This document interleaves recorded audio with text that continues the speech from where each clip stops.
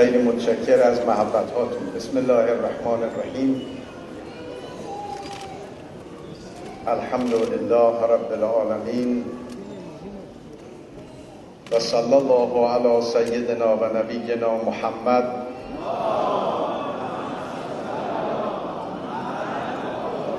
و آله الطاهرین و صحبه المنتجبین. همواره حضور در جمع ایرانیان عزیز در خارج از کشور برای ما بوی عطر خاصی داره. ما روزی که در صحنه انتخابات ملت ما شور آفرید، همه با هم بودیم و تا آخر همه با هم حرکت خواهیم کرد. پله های صعودمان تا سکویی که مورد نظر این ملت هست و سکوی افتخار بزرگ ملی است، همه با هم قدم به قدم حرکت می‌کنیم.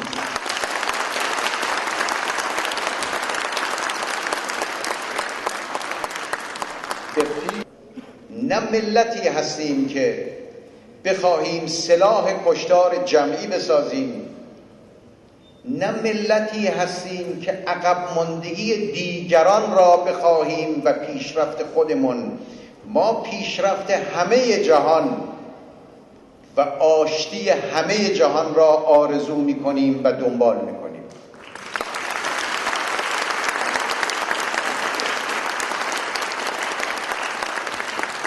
امروز به حمدالله نه تنها در زمینه موضوع هستی که پیشرفت‌های قابل ملاحظه‌ای از پارسال تا امروز داشتیم و این پیشرفت در ابعاد مختلف بوده، یعنی نه تنها ما برخی از امور رو خیلی نمیخوایم زیاد بگیم و تکرار بکنیم، ما در زمینه فناوری هسته‌ای در این یک سال پیشرفت قابل ملاحظه کردیم. این فناوری رو فناوری صلح‌آمیزه، اما سانتریفیوژی که امروز داره غنیسازی میکنه، ما به یه فناوری رسیدیم که یک سانتریفیوژ ما 20 برابر گذشته غنیسازی بکنه و این به معنی است که ما دست از علم و فناوری و فعالیت صلح‌آمیز بر نمی‌داریم.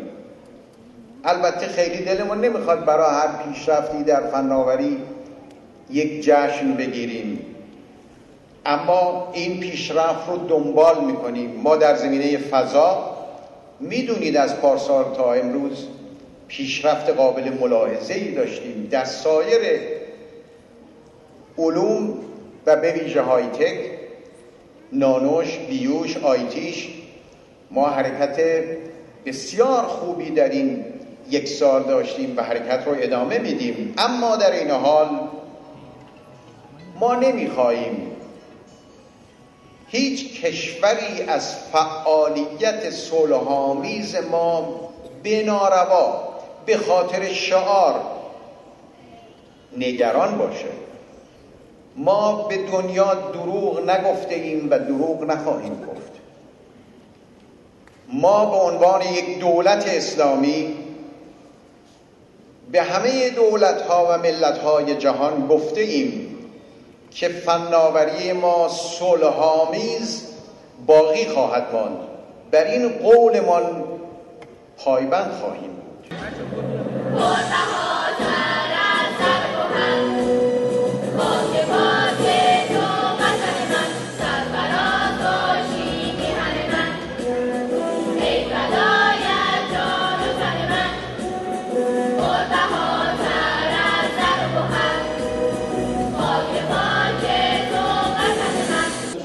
گرچه دوریم به یاد تو قدح میگیریم، بعد منزل نبود در سفر روحان.